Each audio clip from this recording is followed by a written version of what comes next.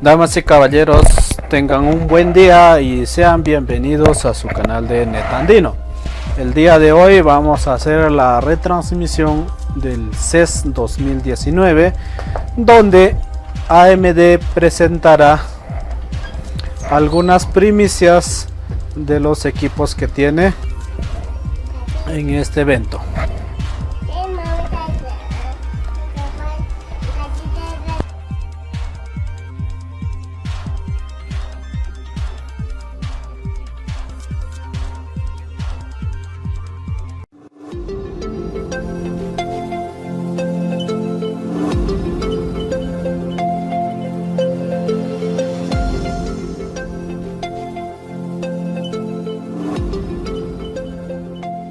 Los invitados de AMD y su presidente y CEO, la doctora Lisa Su, brindarán una visión de las diversas aplicaciones para las nuevas tecnologías de computación. Entonces regresamos en breve. In your first waking moment, there on your way to work.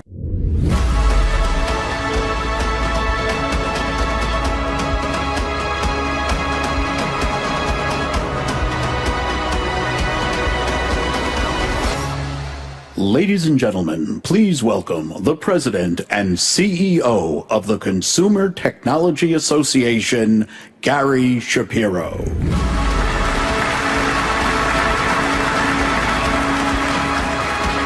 Welcome to CES 2019.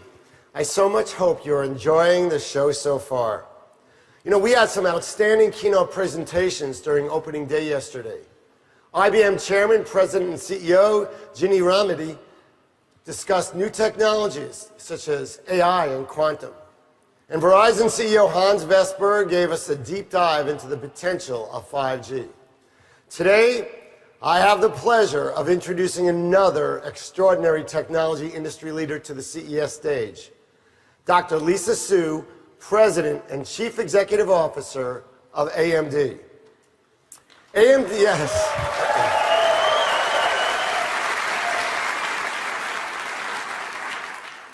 AMD is a high-performance computing force behind much of the technology you use every day.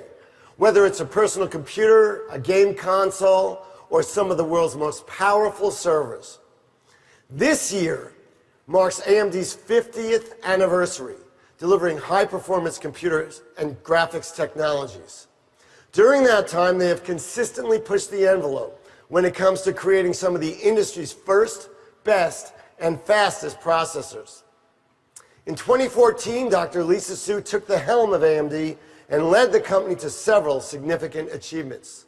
Over the past 24 months alone, AMD has introduced more than 10 different product families across more than 50 new product launches, targeting the high-performance PC data center and high-end graphics markets. Some notable products: AMD Ryzen Threadripper, the industry's first 32-core high-end consumer desktop processor. AMD Ryzen Mobile APU, the world's fastest processor for ultra-thin notebooks. And, I'm trying to move this along, AMD EPYC, the high-performance CPU that is redefining the competitive landscape across the traditional IT, cloud, and supercomputing markets. Now, in 2019, AMD is poised to launch the world's first 7-nanometer CPUs and GPUs, providing the power required to change the industry. All of this hard work and these achievements have led to Dr. Su being named one of Fortune magazine's world's greatest leaders in 2017, as well as 2018 Business Person of the Year. Today, Dr. Su joins CES to talk to us about the capability of high-performance technology to solve some of our world's toughest challenges when placed in the hands of today's researchers, creators, and inventors. We can't wait to hear, so let's get started. Please welcome Dr. Lisa Su from AMD.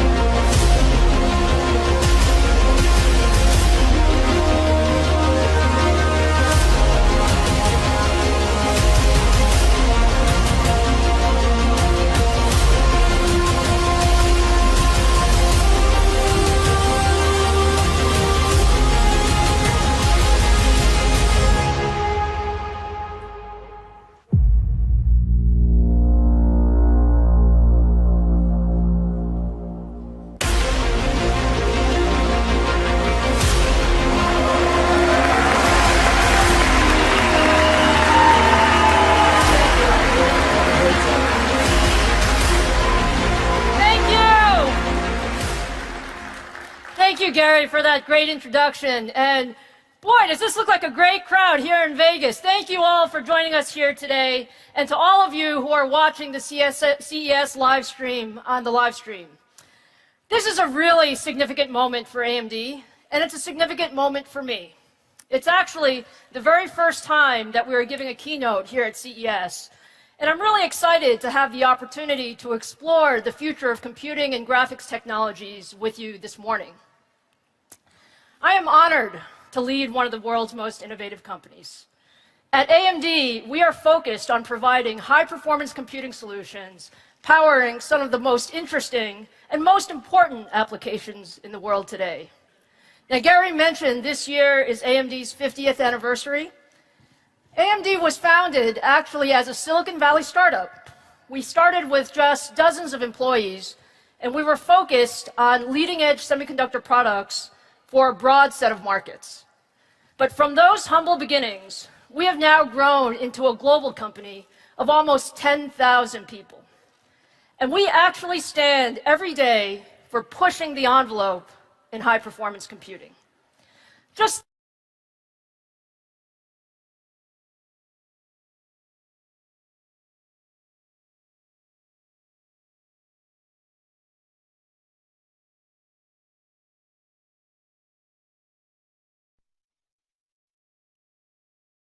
still the de facto standard for PCs and servers. In 2008, we launched the first single GPU to deliver a teraflop of compute performance. And in 2011, we were the first company to combine x86 CPUs and high-performance GPUs onto a single chip that we call an APU. And over the last 7 years, we have powered the highest performance game consoles that have ever been produced, from Microsoft's Xbox One family to Sony's PlayStation 4 families. So for all of these, they were industry first, and all of these were delivered by AMD.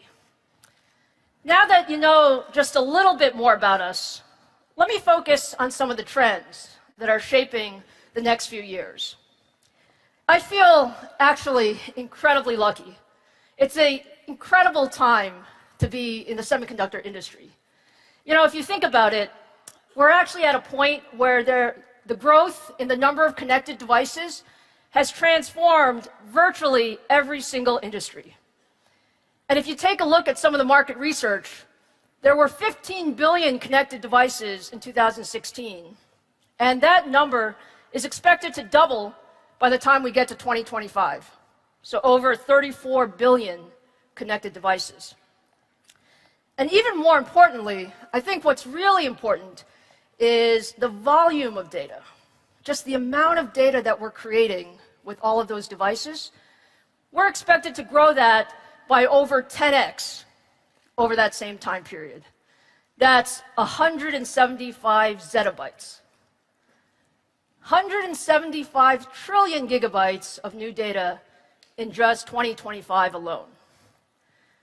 Now, why is that important? Well, you really need high-performance computing so that you can really visualize and analyze, and most importantly, make decisions based on all of this data.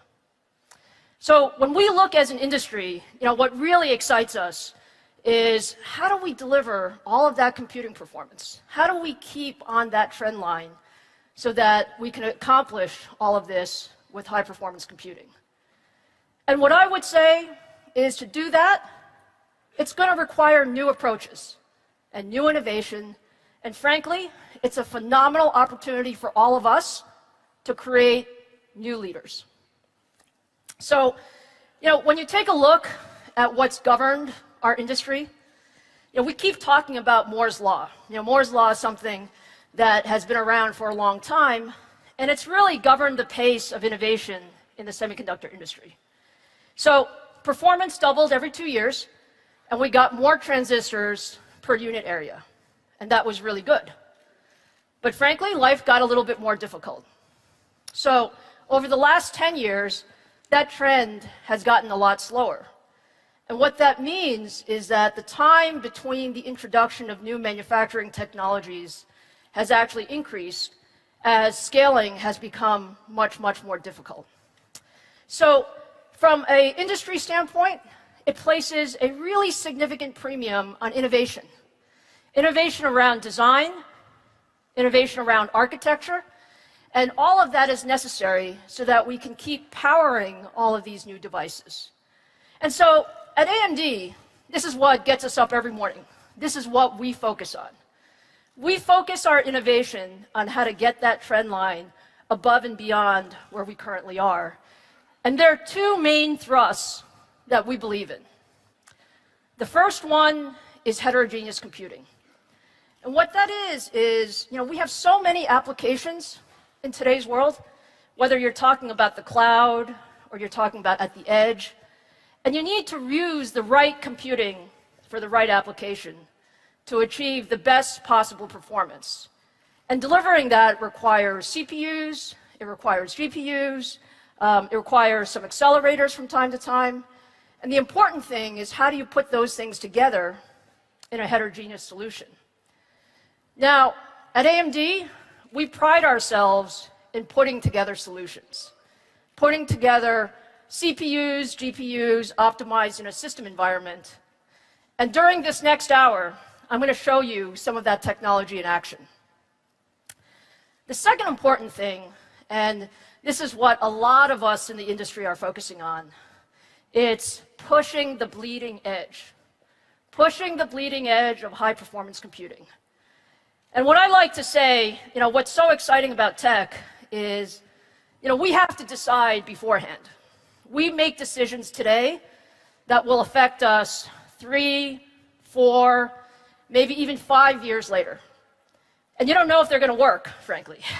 So a couple of years ago, we saw some fundamental bottlenecks to increasing computing performance. And we made some big bets. We made some big bets about where we thought the industry was going to go. And 2019 is a key year where we see some of those big bets really pay off.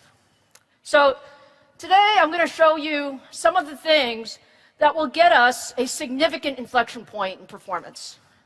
And when you look at those pieces, it's new CPU and GPU cores. A lot of excitement around Zen, Zen 2, Radeon. We're going to show you the aggressive use of 7-nanometer manufacturing technology. And we're also going to show you how new system partitioning really can make a difference, thinking about the system a different way.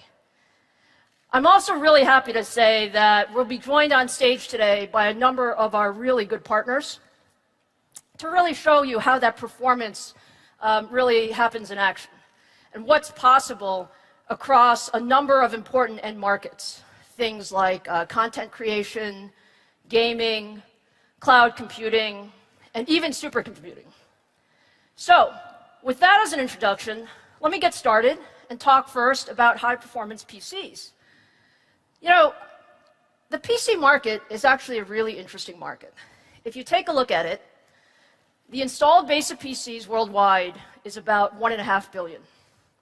Every year at CES, every OEM comes and shows you their latest and greatest thing. And the PC market continues to be one of the most important markets for a couple of reasons. First of all, consumers like the productivity of the platform. It's a great platform. Enthusiasts love to push the envelope. They love gaming, they love VR. And then when you look at content creation is actually primarily done on the PC. So you look at us today, this is a beautiful theater, and it's surrounded by megapixels of displays with millions and millions of colors. In this environment, I think about how high-performance computing actually has transformed visual storytelling.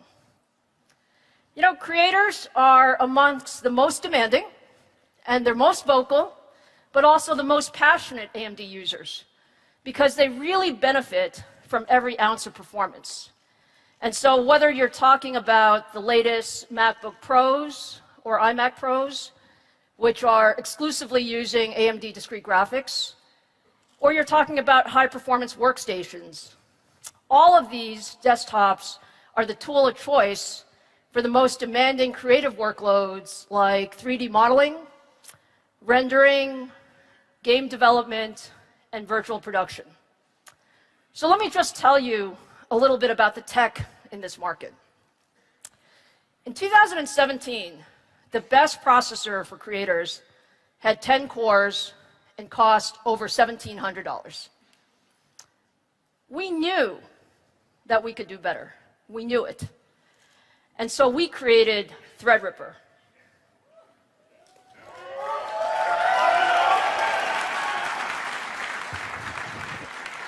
I can see Threadripper has just a few fans in the audience.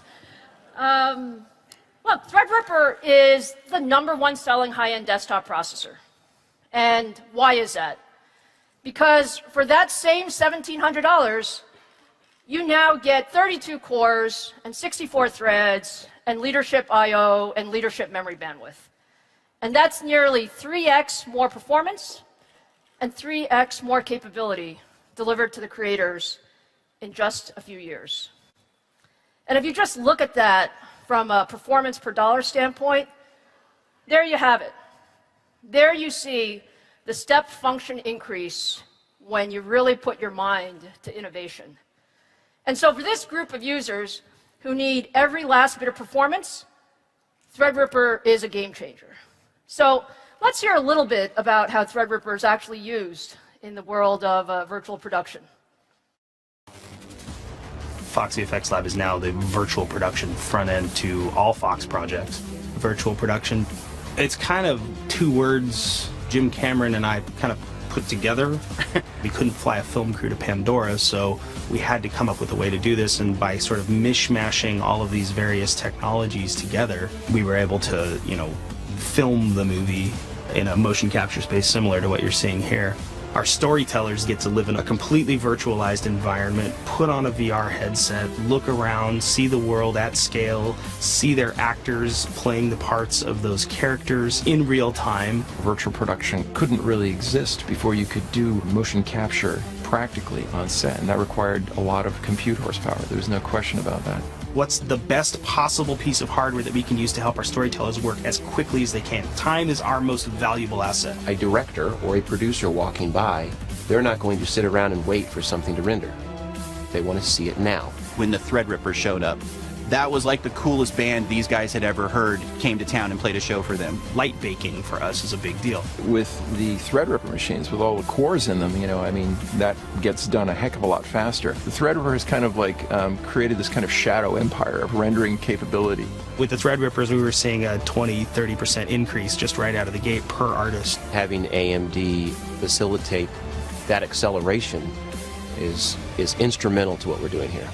AMD has really shown that they're very interested in this space. They really want to help content creators. It's nice to have a partner in the industry that looks you in the eye. This is unique. I've worked on other shows with other large distributors, and yeah, you get your hardware, but they're not necessarily listening to what exactly you're looking for, and AMD has been doing that.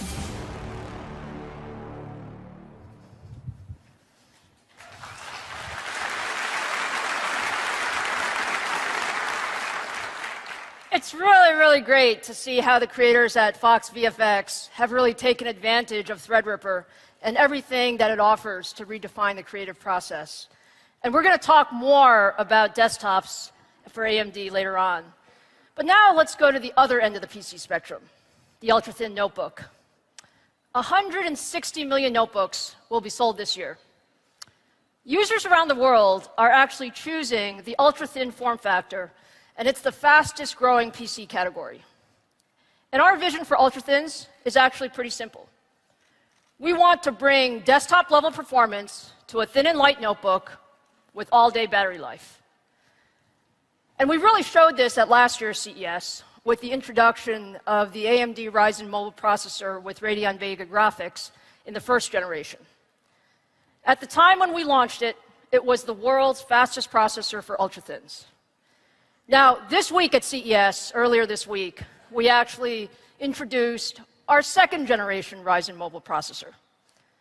And thanks to using 12 nanometer manufacturing, our Zen Plus core, and a lot of new features like longer battery life and better performance than any mobile processor that we've ever shipped, Ryzen 2nd generation is still the fastest processor for ultra-thin notebooks. And when you take a look at some of these numbers, when you're running everyday tasks like loading web pages, up to 14% faster. Editing media, up to 27% faster. And more than that, there are many, many new features. When you look at Windows Modern PC Initiative, for example, very, very cool stuff. Voice wake. You can check the weather or look up a recipe. Modern standby. Your PC is always connected and up to date like your smartphone. And of course, streaming 4K HDR. So you can watch your favorite movies and your favorite shows in the highest quality. And one of the most important things is battery life. We want to be able to use this all day. And so in 2nd gen, we offer up to 12 hours of general productivity and 10 hours of video playback. But what truly sets us apart is our graphics performance. We love graphics, and building processors with integrated graphics is one of our specialties. And so 2nd gen Ryzen actually offers up to 10 Radeon Vega graphics cores and enables real gaming in an ultra-thin form factor. And we're proud to be able to deliver discrete level graphics performance in a single chip for ultra-thins. But great graphics requires more than just high-performance hardware. One of the things I love about this community is I hear from you guys all the time, whether it's Twitter or Reddit or all that stuff. And gamers know that software is just as important. And we're passionate about ensuring that gamers have the latest and greatest drivers. So starting next month, we will make our most advanced discrete level graphics drivers available with Ryzen Mobile. And those users can get that direct from AMD.com.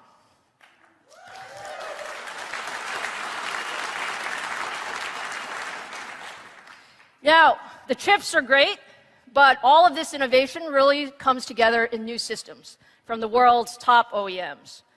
And we are extremely honored to really have a record number of Ryzen-powered notebooks coming to the market this year. From Acer, Asus, Dell, HP, Huawei, Lenovo, and Samsung. Actually, if you've walked the show floors, you can see many of these new designs on display here at CES. And you're going to see them available in retail later this quarter. So really cool, and thank you for everything. Now, we have talked about high-performance PCs for creators and for consumers, but there's another important group for whom PCs are a tool of choice. Computers actually play a major role, especially for those focused on STEM, science, technology, engineering, and math. And frankly, this is an area that's really near and dear to my heart. So for these students, computer labs and high-performance PCs are now integral to how they learn. So let's take a look at the role computing plays in education today.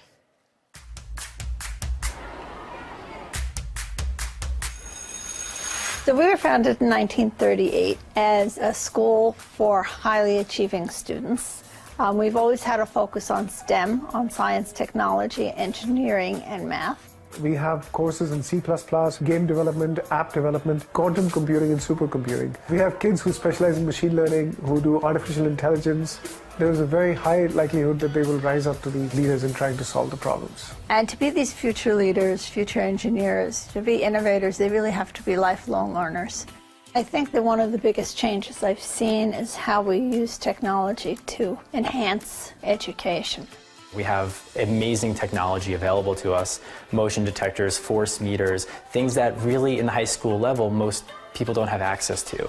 And because of that, the students are able to engage with the material directly and come up with things on their own. The thing I like most about technology is that it lets you create things, it lets you do things, whether that's through research, development, scripts, algorithms, whatever you want. So that motivation goes beyond their studies. It goes beyond the fact that they're motivated to do well or learn a lot. It's that they're motivated to apply their abilities to something bigger than themselves. I've realized that if I could take my passion in engineering and my love for combining multifaceted approaches and solutions to problems, that maybe I could actually make tangible change in developing countries. And I definitely think that it's something that we should be devoting a substantive amount of resources towards in the future, is continuing this cycle of innovation. I don't know what I want to be, I just know that I want to use technology somehow to make a difference.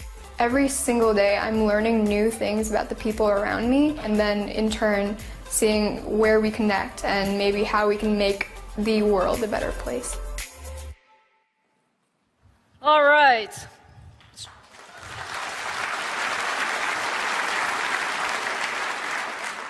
I don't know about you guys, but I don't think I was that smart when I was in high school. I was actually at Bronx Science just last month, and it actually totally blew me away as to how much they were using PCs and actually even servers in the classroom. And so, you know, at AMD, we're really committed to making our products more broadly available in education. We already have deep partnerships with Microsoft and Apple on their education platforms. But this week at CES, we're announcing that the first AMD-powered Chromebooks.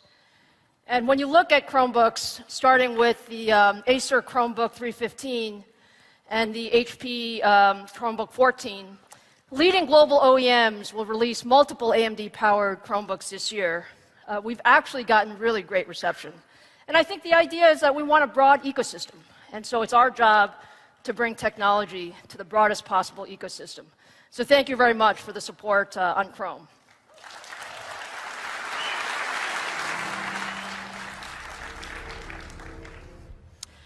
Okay, so let's turn our full attention now to immersive devices and the exciting world of gaming.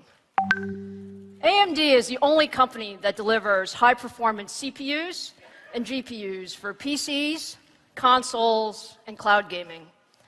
And if you take a look today, there are more than 400 million gamers in the world who play on Radeon graphics. Gaming is actually a large part of the recent growth of PCs, and if you look across the gaming market, we're seeing secular growth. So, you know, we expect annually 15% growth through 2021. And why is that? Why is gaming so popular? Gaming actually brings people closer together.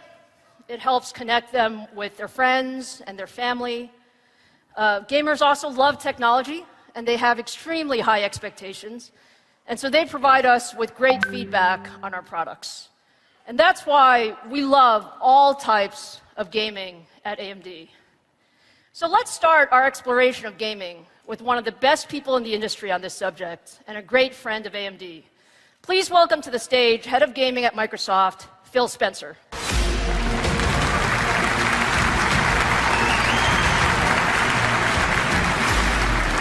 Thanks. How are you, Phil? I'm doing well. Thanks for having me. Phil, thank you so much for being here. It's great to have you at CES. On your first CES keynote, it's awesome to be here on stage. It's truly fantastic. Now, I have to say, guys, Phil is a legend in the gaming industry. Is Phil a legend? He's a humble legend. He's a humble legend. But Phil, tell us a little bit about what's happening in gaming. Yeah, you know, it's great to see the great growth in gaming over the last few years. Gaming has truly become a mainstream form of entertainment.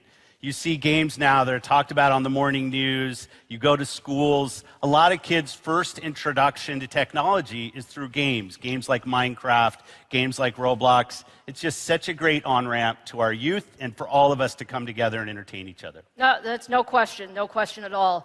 Now, Phil, you know, our teams have worked really hand in hand on Xbox for multiple years. Can you talk a little bit about our partnership and what we can create together? Well, a moment I love. November 2017, we launched Xbox One X together. Xbox One X was the last console that we've launched together. That console put in the hands of creators the ability to build absolutely the best versions of their games. True 4K entertainment, and you see this. You see this with AAA games today. They're playing so well on that platform, and it's just awesome. The collaboration has been key. But even more in depth in the way our teams work together, one of the key features for us was backward compatibility.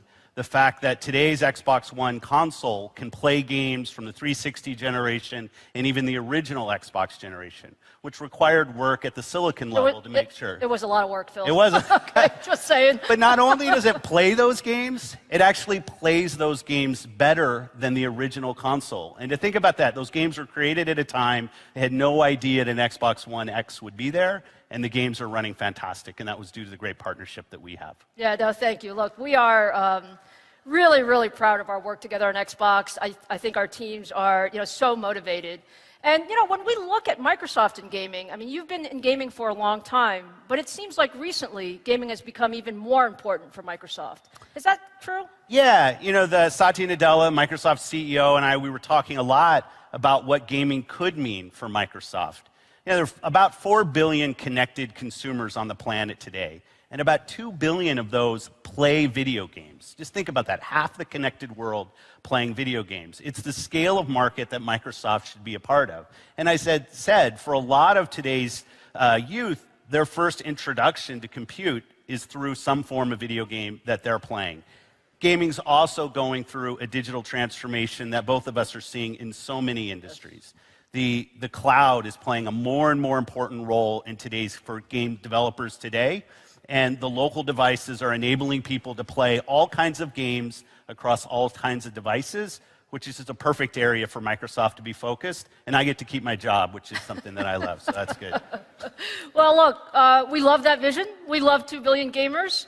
Let's talk a little bit about the underlying technology, and what do we have to do to really power that vision? Yeah, when we look forward, say over the next decade, and we say, what are you going to need to invest in to ensure that you're a leading game company? There are 3 components that are critically important as we see them. One, and first and foremost always, is the content. Gamers play games. People want to see great games. They want to play great games. They want to watch people play great games. We've invested at Microsoft in more first-party content, and the industry at large is creating more diverse and more interesting games than we ever have before. Content is critical. As you talked about before, gamers know how to reach us. Gamers are communal. They like to give feedback. They like to talk to each other. They like to play with each other on services like Xbox Live, to watch gameplay on services like Twitch and Mixer. Community is such an important part of what gaming is about and really differentiates it relative to other forms of entertainment in some pretty interesting ways. I'd say the third area that's becoming even more critical as we want to enable gamers to play games on any device is the cloud. Earlier this fall, we showed a video for Project xCloud. We announced our initiative to bring gaming, AAA gaming, to any device, and we're using the silicon work that we've done together to ensure that the thousands of games that have already been built for the Xbox platform are enabled on that platform with no work from the developer. And that's really down to the work that our teams have done together to ensure that those cloud blades that we're putting in our Azure data centers today run all of the great Xbox games that people love to play. No, that's fantastic, Phil. Look, we love that. As a hardware company, I mean, we really love the idea that you can bring all the content together, across all of these different platforms. And frankly, it's a technical challenge for us, but it's one that makes a lot of sense to go after. So can we talk a little bit about what's next? Yeah, we're, as a company, we look at the opportunity in gaming, and one of the things I wanted to say is when we think about who our partners are, we think about great companies that do great work, but also in the right way. And you are somebody that I've respected a ton in this industry, and I've seen the way you've led AMD. And I think having a partner like AMD that works so collaboratively with us on our future technology, but also at a cultural level, I think fits so well. It's just awesome to have you as a partner. Thank you. Thank you for that. And as we look forward to future platforms that we're building and work that we're doing, the partnerships and the innovations that we've seen in the past that have led to what we've been able to do today, I think are going to be critically important to our future endeavors. So I'm really looking forward to showing those to people more in the future. Fantastic. Well, Phil, thank you so much. We are honored to be your partner. We're honored to be Microsoft's partner. And we have a lot of exciting things going in the future, so we look forward to that as well. Thank you again, Phil. Thank you, Lisa. Have a good show. Thank you.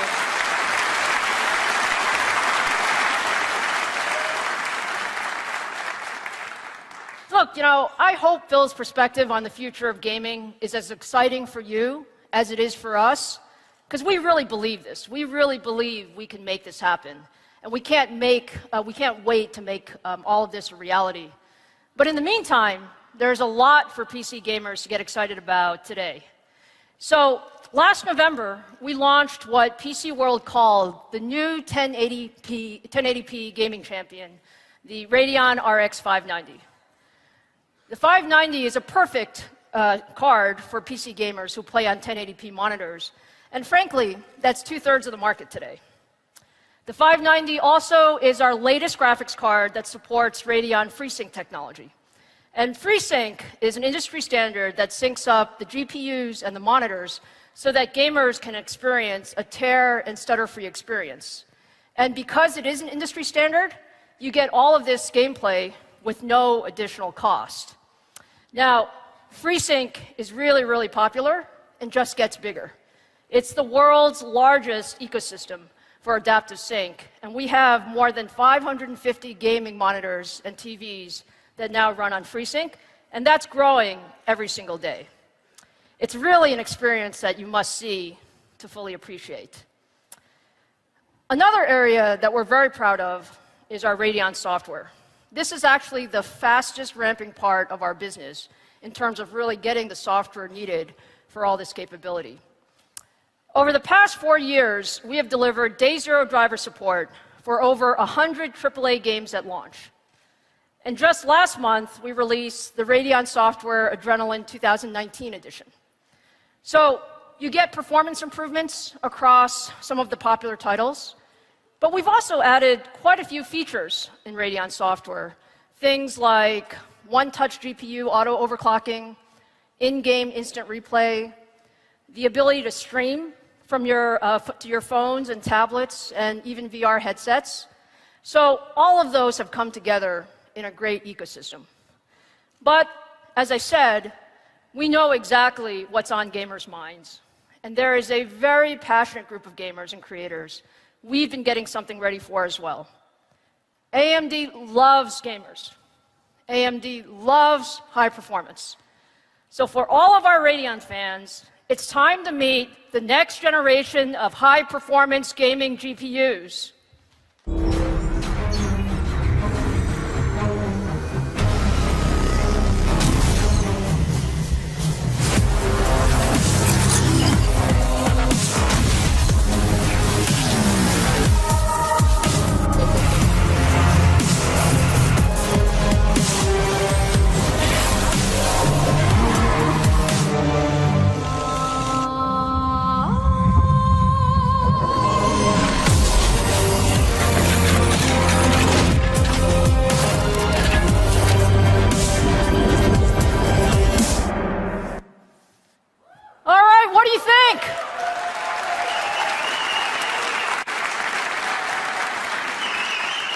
I'm not sure I can hear you.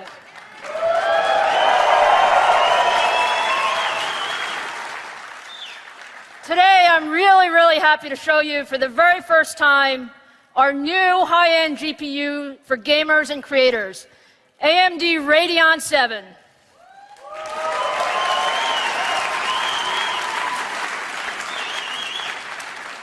Radeon 7 is the second-generation VEGA graphics core. It is the world's first 7-nanometer gaming GPU. And when you look at what it delivers, we really deliver leadership performance in content creation, thank you, and compute workloads. And so when you power enthusiast-level gaming, you need it in all kinds of ways. So where does all that performance come from? Radeon 7 has 60 compute units running at up to 1.8 gigahertz. Radeon 7 uses advanced 7-nanometer process technology. As I said, this is the world's first 7-nanometer gaming GPU. And what we get for that is 25% more performance at the same power. And lastly, Radeon 7 has massive memory. 16 gigabytes of high bandwidth memory with industry-leading terabyte per second of memory bandwidth. So if you think about all of that memory and all of that compute, you can imagine how good this GPU is for content creation. If you take a look at some of the most important benchmarks in creative workloads, we see up to 30% improvement in things like Blender and Adobe Premiere. You can imagine 30% does a lot. We see up to 62% more performance in GPU compute workloads based on OpenCL. And when you think about all of these performance gains, they are really, really good for creators, and we love that. But we know that you guys want to know, how does Radeon 7 perform in gaming? We really built Radeon 7 for gamers, and these are the cream of the crop. The folks that want high frame rates when playing at the highest quality visual settings at max resolutions. And we have some really large improvements from first generation VEGA. What you see is across Vulkan, DX12, and some of the popular esports titles, you see significant improvements when running at 4K and max settings. And the thing about Radeon 7 is we also use some of our new VEGA features, things like async compute, rapid packed math, shader intrinsics. These are all being used by game developers to create even better and more immersive gaming experiences. But that may be enough of me talking about the card. You may actually want to see Radeon 7 in action. So I think my friend Chris is here. Chris, let's show Radeon 7 running a really, really cool new title. It's the upcoming Devil May Cry 5 running at 4K.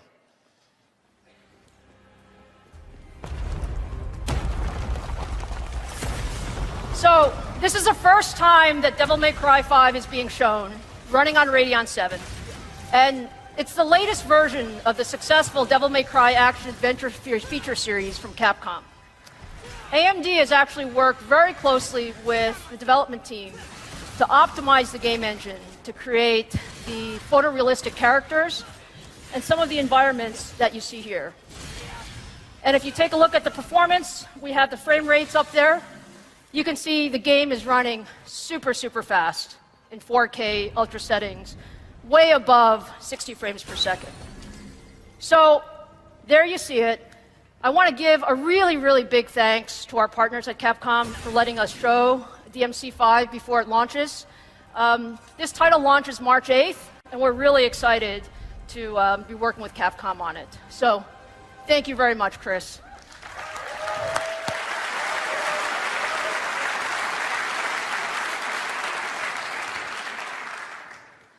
We really believe at the high-end enthusiast market, you need great hardware. And gamers who want to run AAA titles in 4K at max settings will be really happy with Radeon 7 and how it performs compared to the competition. Radeon 7 has better performance in some of the latest Vulkan games, like Strange Brigade, and is very competitive at both DX11 and DX12 games. And I know for some of the press here in the audience, you guys are waiting to get Radeon 7. You will get them and be able to do some really cool reviews. Now, in addition to Capcom, we partner closely with many developers. And it's really that close partnership that allows us to take advantage of the features of our Radeon GPUs. So to discuss a bit more about our partnership with game developers, let me invite David Polfeld to the stage. He's head of Ubisoft's massive entertainment studio. David?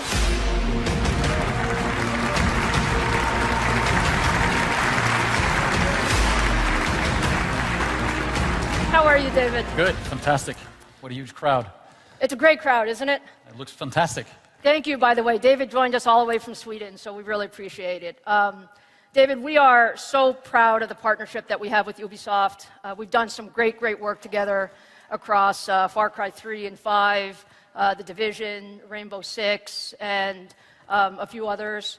So can you tell us a little bit about why hardware partnerships are so important for you to deliver these incredible gaming experiences? Of course, and thank you for having me here on stage. It's a real pleasure. My first time in Vegas, fantastic AMD event, so congratulations. And you know, I'm really excited to be part of announcing the Radeon 7 to gamers everywhere. And as you know, partnering with the best hardware developers in the world is very important to us, and specifically with AMD because you guys have created what most gamers play on. And it's very important for us to ensure that our fans have the best experience. No, it's true. Thank you, I appreciate that. Thank you so much. And our collaboration has enabled us to bring our creative vision to life by helping us develop new worlds, increase frame rates, and support higher fidelity visuals. David, the Division was actually the biggest game launch in Ubisoft history. And today we're working on something even much more ambitious with the Division 2. So how can you make something that was so great, even better? Well, first of all, I have to say it's great to work with people who are as ambitious as we are. That's been a real treat. And we're incredibly proud to partner with AMD to deliver smooth and awe-inspiring visuals in 4K resolution, while letting players experience game-changing performance with the Division 2. So our partnership has allowed us to overcome several technical obstacles that we faced when we set out to create this huge, forward-looking and living world. But through AMD support, the technology features, the collaborative optimizations, we've been able to lower the barriers of entry and take advantage of everything that AMD has to offer. So supporting DX12 with the Division, I think, was just a testament to that collaboration and the beginning. But while we're speaking, let's not forget to take a look at these wonderful shots from the game, because that's really cool. Really, really beautiful.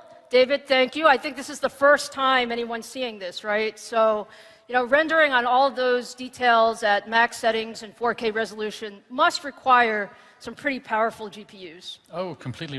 You're right. And, that's why we wanted to show everyone here the Division 2 running at 4K settings on the Radeon 7.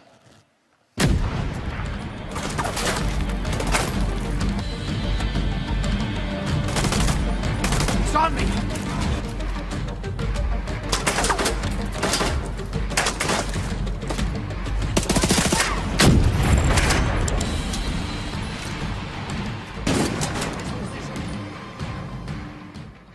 Is that beautiful or what?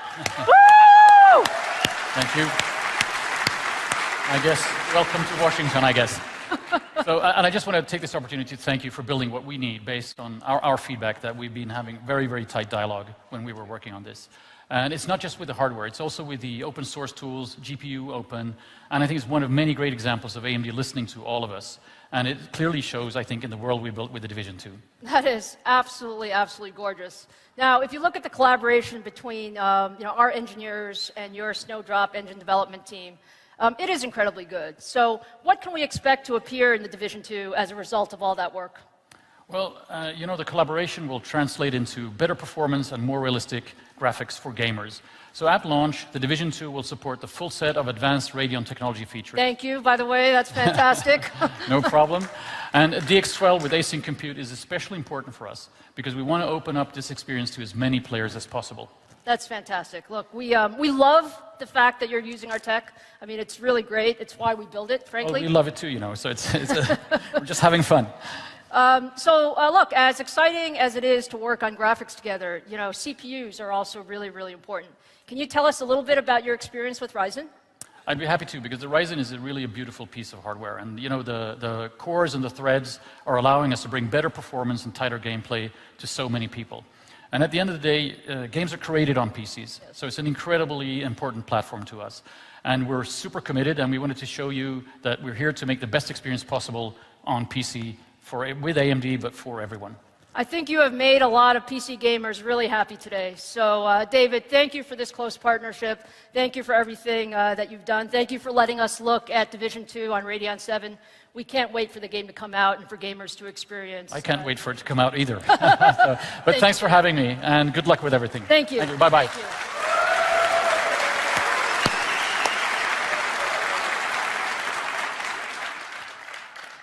So the Division 2 actually launches on March 15th, but for any of you here at CES who can't wait that long, please stop by Club AMD for your exclusive opportunity to play the game on Radeon 7.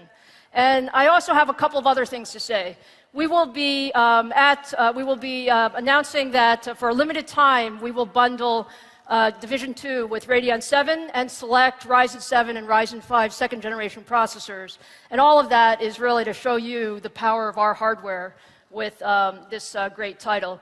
And for all of you who are here in the room today, as you walk out, you're going to get your free copy of Division 2 as well. So just a little thank you.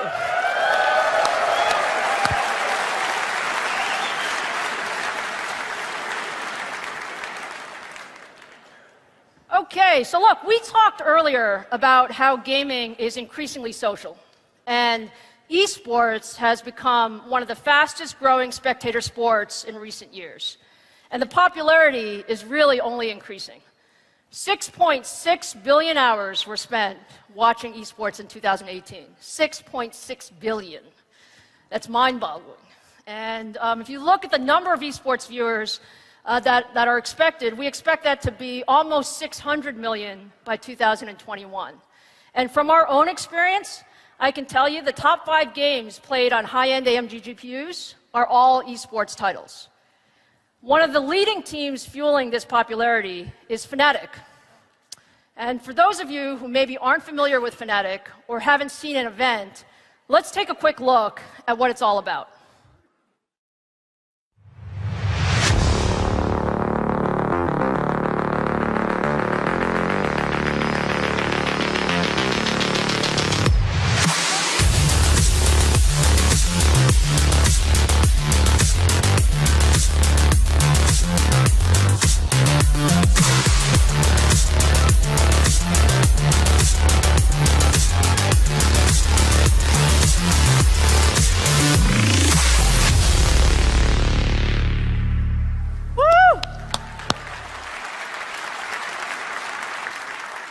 So to talk a little bit more about esports, I'd like to welcome Fnatic co-founder Sam Matthews to the stage.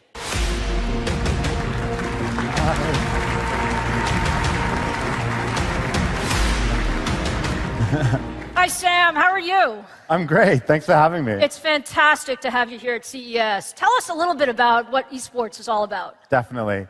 You know, it's amazing to be here. I'm so excited to talk about esports, and it really is the new world sport. You know, it's got a significant accessibility, it's completely global in nature, and massively scaling viewership, as you saw there. But what makes it so interesting is really how very engaging it is. It's captivating millions across the world. It's become almost as widespread as many traditional sports, and it's really here to stay. You know, Fnatic was created way back in 2004, and we've been, this year alone, it's 75 international tournaments across 10 different titles. Major games like League of Legends, Dota 2, Fortnite, CSGO, Rainbow Six, and many more. But in 2018, it was our most successful year yet. Fantastic. We placed first at a number of major CSGO tournaments and went all the way in probably the biggest esports tournament of all time, the League of Legends World Championships, which was watched by over 100 million people. Well, that's fantastic, Sam. I mean, we're really proud of our collaboration and what we've done together. So, you know, many folks may be surprised to learn just, you know, how big this is. And, you know, we've now partnered for about 3 years. And, you know, from your perspective, you know, why are high-performance CPUs and GPUs so important? Definitely. I mean, esports teams, they really do require the best hardware to get them to victory. Our partnership with AMD started actually in 2016. We started with our League of Legends team, and the following year it went to all of our teams. But now, all of our players and teams compete exclusively on AMD Ryzen and Radeon RX graphics. Thank you, by the way. Ryzen really allows us to play and stream seamlessly with excellent quality, whilst Radeon is really about the ultra-high frame rates, even at the maximum settings. Technology like FreeSync is enabling that super smooth gameplay at the very highest levels. And you know what? Our teams have done extremely well in the past year, and we couldn't have done that without your support. No, that's really fantastic, Sam. Look, we're really proud of what you guys are doing.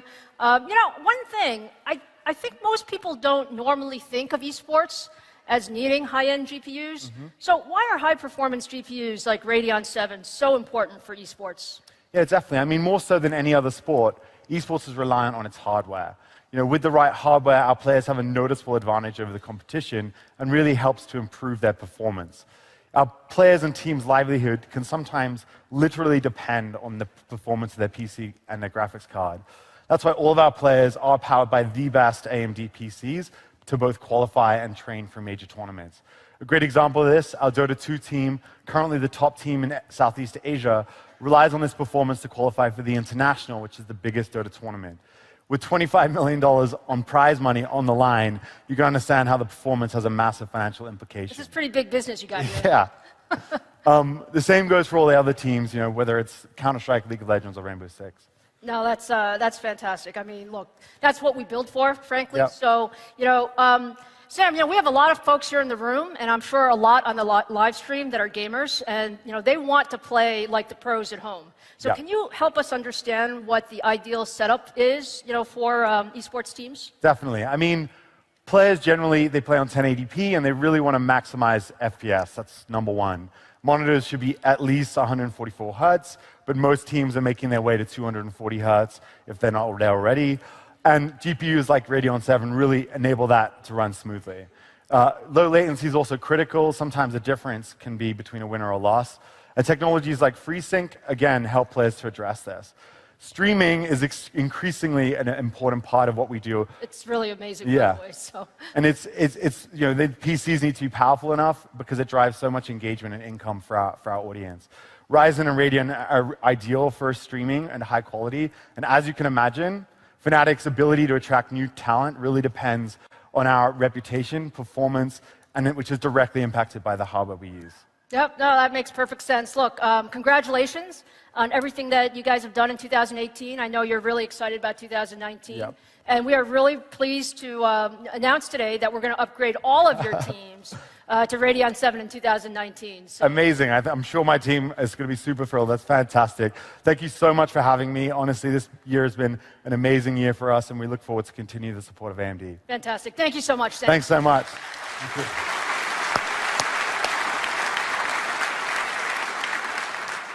All right, so hopefully by now you realize that Radeon 7 is the most powerful gaming GPU we have ever built, and really the most powerful consumer GPU available for content creation.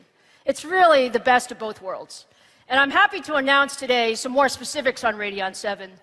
Radeon 7 will go on sale on February 7th for $699 from leading e-tailers, system integrators, direct on AMD.com, and an Alienware Area 51 desktops. So really, really excited.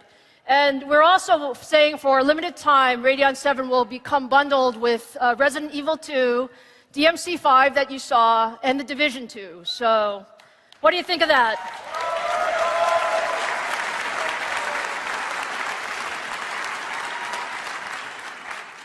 So look, we are super excited about Radeon 7, and I hope you guys are as well.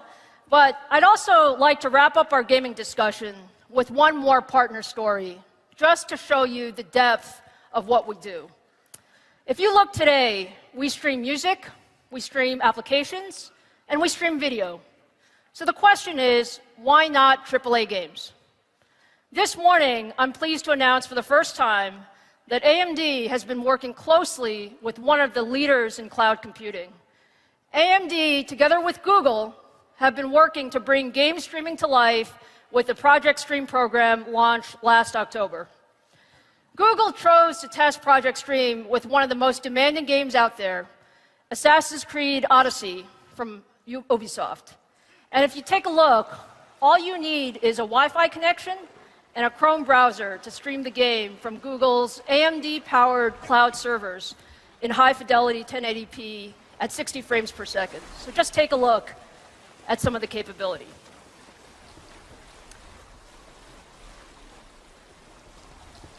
Is that beautiful or what?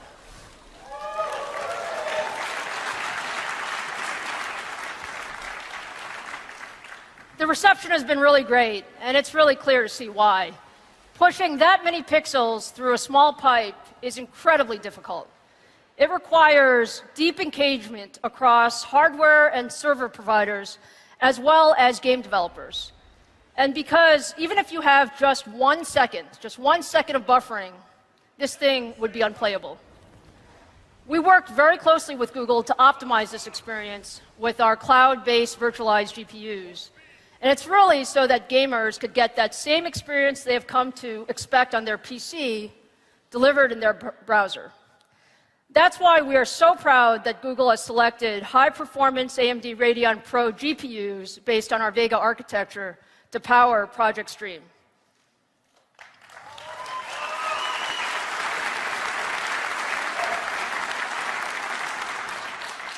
So we like to say that Radeon graphics are everywhere, and we are thrilled that Google is now part of that portfolio with Project Stream. And to wrap up the gaming section, let me say again, AMD loves gaming. and AMD loves gamers. We have one aspiration. We want to be the technology of choice for gamers and developers across the entire ecosystem, PCs, consoles, and cloud. And I'm extremely excited to start the year launching the first 7-nanometer GPU with Radeon 7. But we have a lot more coming this year, so both next-generation CPUs and GPUs, and I look forward to sharing more of that progress as the year progresses. So, with that, now let me turn to the world of high-performance computing.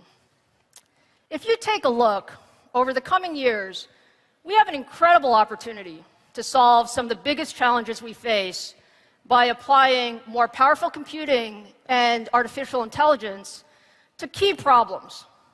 Things like climate change, things like energy solutions, medical research, and much, much more.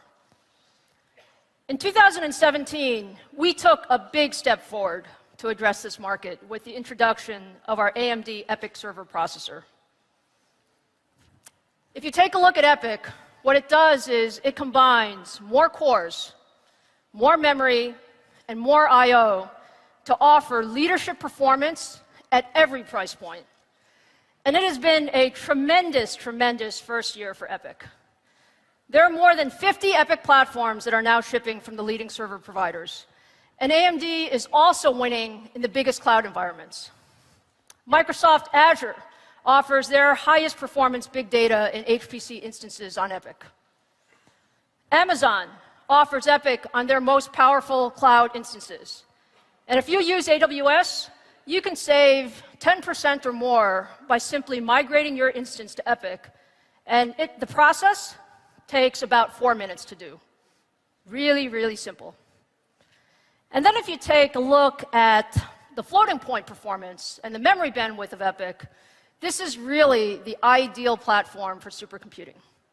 And that's why EPYC is winning in a lot of places, from space exploration to F1 racing to cutting-edge scientific research.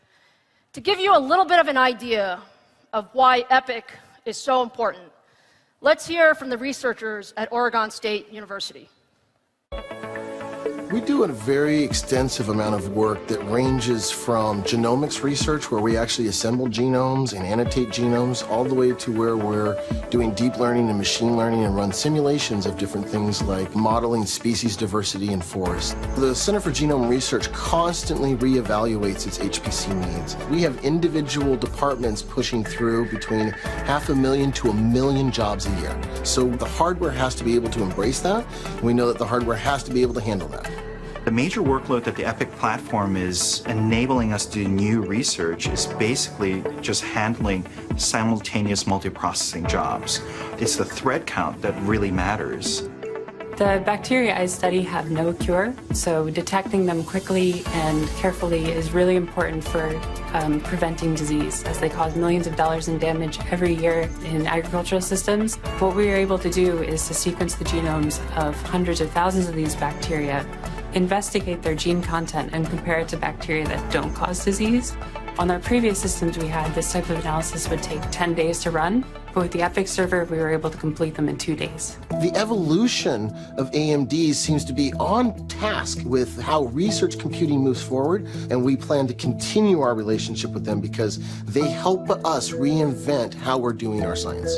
High-performance computing is the most important scientific tool today. So continuing that kind of advancement, what that allows us to do is really look at how molecular processes happen at an accuracy that we've never dreamed of before. The future of science is definitely on the computational side. I'm really excited to see how this moves forward in the future, where we have such tremendous computing power, how we can apply this to problems in agriculture and medicine, and I see this as the future of science and where things are headed. We get excited about answers. In the end, to us, the technology's how we get to our answers, and that's what excites us. Seeing the science actually get somewhere and actually be able to change the world in a positive way is how we're using this technology, and that's what keeps the scientists going.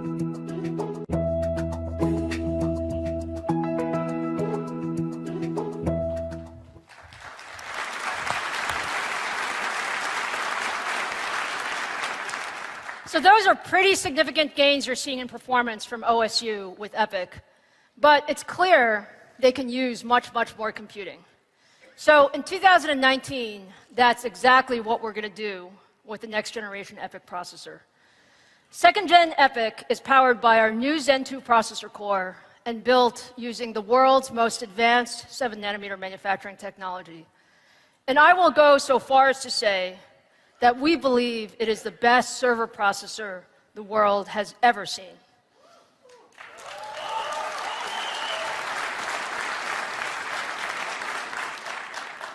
We are seeing incredible performance gains compared to the current generation EPYC. Things like 4 times the floating point performance, double the compute performance per socket, and up to 64 cores and 128 threads per processor. And we use the same socket and the same platform as the current generation, which actually makes upgrading really easy. So all of these inflection points really create server performance in 2019 beyond what we've seen before. So if you just take a look at the annual trend line, second generation EPYC sits way above the line. It's a big leap in server performance from the past few years. And to really see how this performance translates into real-world improvements, let's take a look at a demo. We're going to show you, this is a popular scientific application called NAMD. NAMD is a high-performance simulator used by scientific researchers to study highly complex molecular systems. And one of the reasons NAMD is so popular and powerful is that it's very, very scalable. So the idea is that you can increase the performance by just increasing the number of cores that you use, up to 500,000 cores. So to demonstrate the power of our next generation EPYC, I'm going to show you a demo. And what the demo is it's a single early version of EPYC processor compared to 2 of our competitors' highest-end Xeon Platinum 8180 processors. And it really just shows you the difference. So let's take a look at the demo. So what you're seeing on the screen is an incredibly complex simulation. And it's really the atomic movement and combination of a common HDL protein component. And if you take a look at the bottom, what you see there is the important metric. It's actually the number of nanoseconds per day that you can run. And what you see is that you have a single EPYC processor running against 2 Intel processors, and the EPYC processor is running faster. It's running about 15% faster. And so if you take a look at all of that together, it's what makes EPYC so special. A single EPYC processor against 2 of our competitors' best, and what you see is an increase in performance. And so with that, you can see that scientific researchers can really do a heck of a lot more. And that's what we're trying to do, right? We're trying to advance the power of computing going forward. So I know a lot of people are wondering what actually a dual-socket EPYC will look like, and we're going to talk about that very soon. So I'm very happy to announce today that the second generation AMD EPYC processor is absolutely on track, and we will start shipping in the middle of 2019.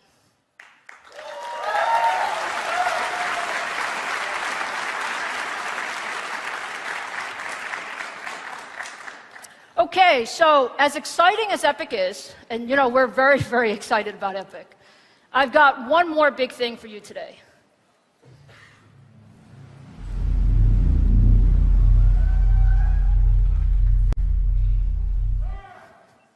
Are you guys excited about Ryzen?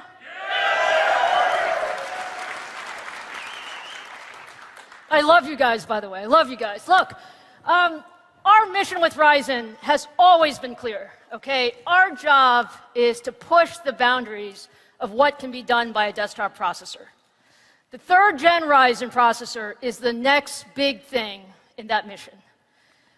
3rd gen Ryzen is also powered by the Zen 2 core, also has 7nm technology, and as a desktop processor, it will absolutely set the bar on performance, technology, and power efficiency.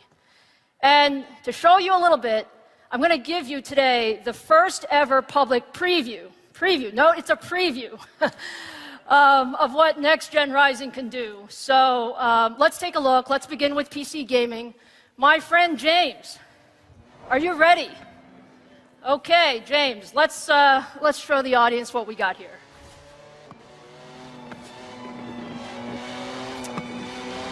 So what you're seeing is an early version of our 3rd-gen Ryzen desktop processor. By the way, it's also running with Radeon 7 GPU. It's running the performance-intensive Forza 4 gaming from Microsoft Studios. And we like this game because it really stresses the computing power. And as you can see, we have the frame rates up there. The game is running consistently at more than 100 frames per second at 1080p with maximum settings. This system that James is running is the most advanced PC gaming hardware in the world, together in one system. 3rd-gen Ryzen, Radeon 7. What do you think?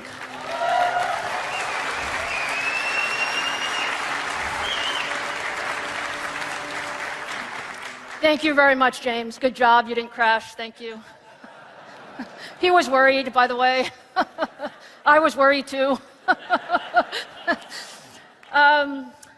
But look, I know you guys well. I know the enthusiast community. And you're asking yourself, how does Ryzen really perform compared to the competition? So let's take one more look, just one more look. Let me make sure I have my guys. Okay, you guys are there. Sit tight. Louis and Amit are from our engineering team, and they've been with Ryzen all along. What we're going to show you today is now 3rd-gen Ryzen with a head-to-head comparison against the top-of-the-line Core i9 9900K running the industry standard Cinebench benchmark. So note, let me tell you what we're running. We're running 8-core, 16-thread Ryzen, not final frequency, early sample, and we're running stock frequencies of the Intel part. So, Louis and Amit, are you ready? Okay, let's start the demo, please.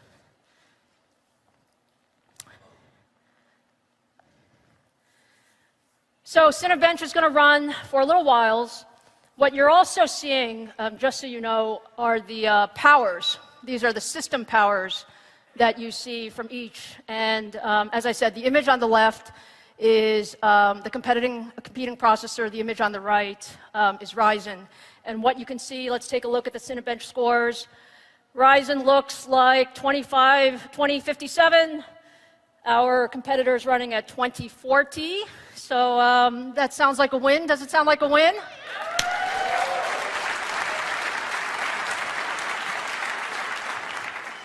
The other thing that's really important is the system power. So you can see that the system power of 3rd-gen Ryzen is running actually about 30% lower than of the competing system. So now you really see the power of 7-nanometer technology and what being aggressive with technology does.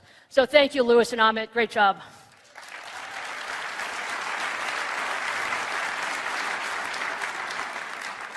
As you can tell, I really love building chips, okay? I really love building chips. And some of you may actually wonder what 3rd-generation Ryzen actually looks like. So take a look. For the first time, we will show you how Ryzen looks under the hood. And you can see it's different. It's different from what you normally expect. It's using our industry-leading chiplet design. So the smaller die is our 7-nanometer Zen 2 processor die with 8 cores and 16 threads. The larger of the dies is actually our I/O die. This I/O die is specifically designed for the PC market and for desktops, and it feeds the data between the Zen 2 engine and the rest of the system. And so one of the things that's pretty important is to take advantage of some of the faster graphics cards and devices that are coming to market later this year. Next-gen Ryzen will also be the world's first PC platform to support the ultra-fast PCI Express Gen 4 standard. What do you think?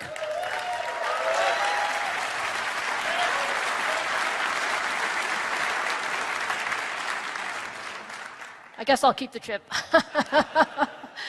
So look, by now you're starting to understand why we get so excited about technology.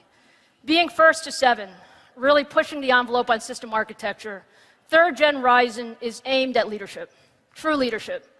Performance, features, power. And one of the things that we feel really passionately about is the extension of the infrastructure. So 3rd gen Ryzen will run on the same AM4 desktop infrastructure. So it's really simple. For all of you who are on Ryzen today, really simple upgrade, drop-in for users. So I know you guys want to know a lot more about 3rd gen Ryzen. We have a lot going on, and I'm really happy to tell you that we look forward to sharing that information as we get closer to the product launch. And we will be launching in the middle of 2019.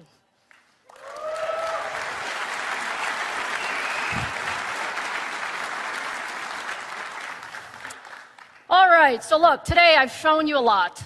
I've shown you CPUs, I've shown you GPUs, I've shown you what's required to really get a step function in computing performance and really put us on a new trajectory moving forward. And I want to tell you, on behalf of all of the 10,000 AMDers, we are absolutely determined to drive high-performance computing innovation at the bleeding edge. This is our job one. Whether you're talking about heterogeneous system design, or you're talking about future cores and 2s and 3s and 4s and 5, Navi, all of these, we're putting all of these architectures together, and we're putting them together in new ways. But as much technology as we've shown, there really is a lot more to come. So let me just finish up on a little bit more of a personal note. I love semiconductors. I love semiconductors and what we can do for the world. Over my career, I've really been focused on how can we push the limits? How can we push the limits to solve really tough problems, whether they're technology problems or business problems? You know, my view of the world is a problem is actually an opportunity. And so although we have some challenges, the opportunities that we face are much greater. And I know what's really important to us is coming together collectively as an industry, working across boundaries. With all the partners that we have, all the partners we have on stage, all the OEMs, we can turn the impossible to the possible. And at AMD, we're on that journey. We're on that journey to build a future where high-performance computing is at the foundation of what enables the smartest and the brightest minds to solve the world's toughest and most interesting challenges. So I'd like to believe when we look back on today, when we look back on 2019, we're going to see that this is an inflection point in that journey. It's going to be an incredibly exciting 2019. Thank you for all your support, and thank you for your time today.